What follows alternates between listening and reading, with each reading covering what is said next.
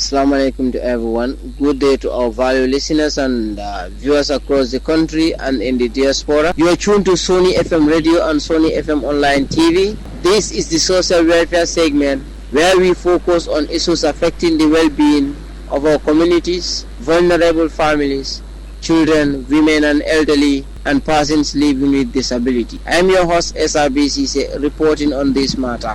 So our today's program will be reporting on highlights important concerns surrounding social welfare services, community support services or systems, and the need for collective responsibility in addressing social challenges. So in our today's program, I would like to discuss about the role of agriculture in addressing fisheries decline in the Gambia. So the fisheries sector in the Gambia has long been central to national food security, employment, and economic stability.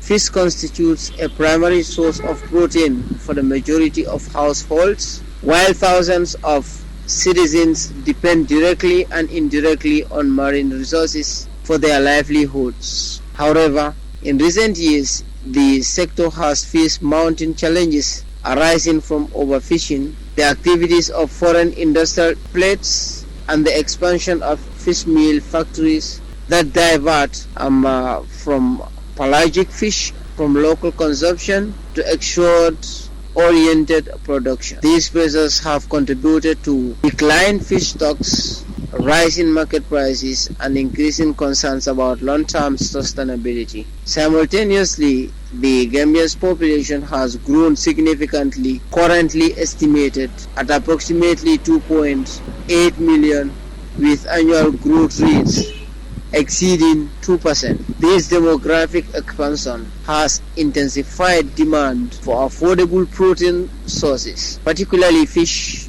The widening gap between demand and supply has underscored the urgency of exploring alternative and complementary production systems capable of easing pressure on wild marine resources. With this context, the emergence of local aquaculture enterprises represents a promoting and promising development. One notable initiative is Revive Gambia, established in 2023 by Habib Ba and Ibrahim Anyang.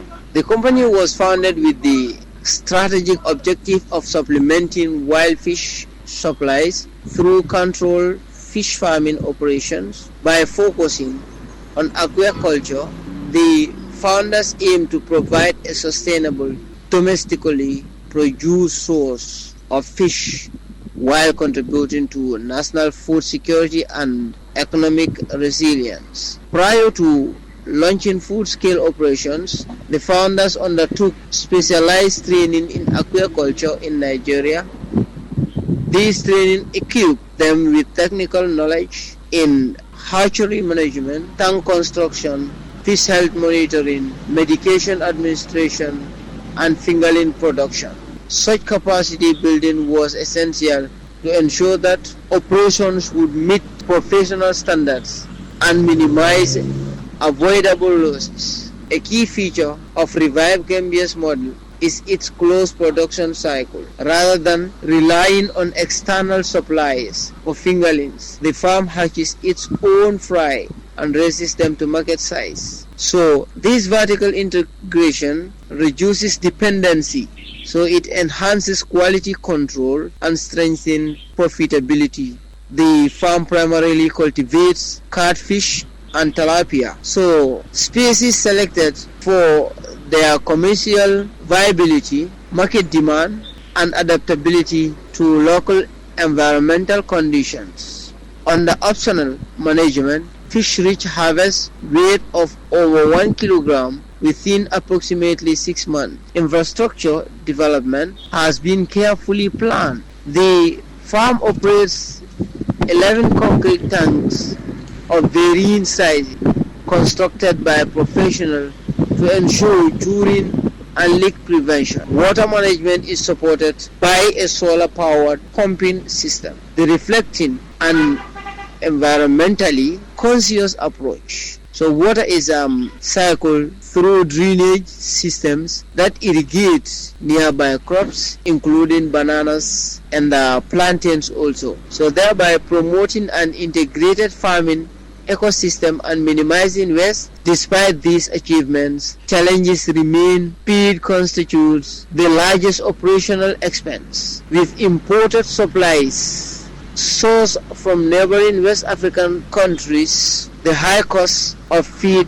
directly influences production costs and market prices. In response, the company has expressed intentions to explore partial local and feed production, though acknowledging that established feed manufacturers benefit from years of research and formulation expertise. So disease management and environmental monitoring are integral to operations. Fish are observed closely for behavioral changes, and preventive medications are administered at appropriate growth stages. Climate variability, including extreme heat and seasonal fluctuations. So after water quality and fish feeding patterns necessitating adaptive management practices. From a marketing perspective, the enterprise emphasizes transparency and fairness by selling. So that brings us to the end of our today's social welfare report on Sony FM radio and Sony FM online TV. For updates and more community stories, stay tuned to Sony FM. Reporting on this matter, I am Isa BCC. Thank you for listening.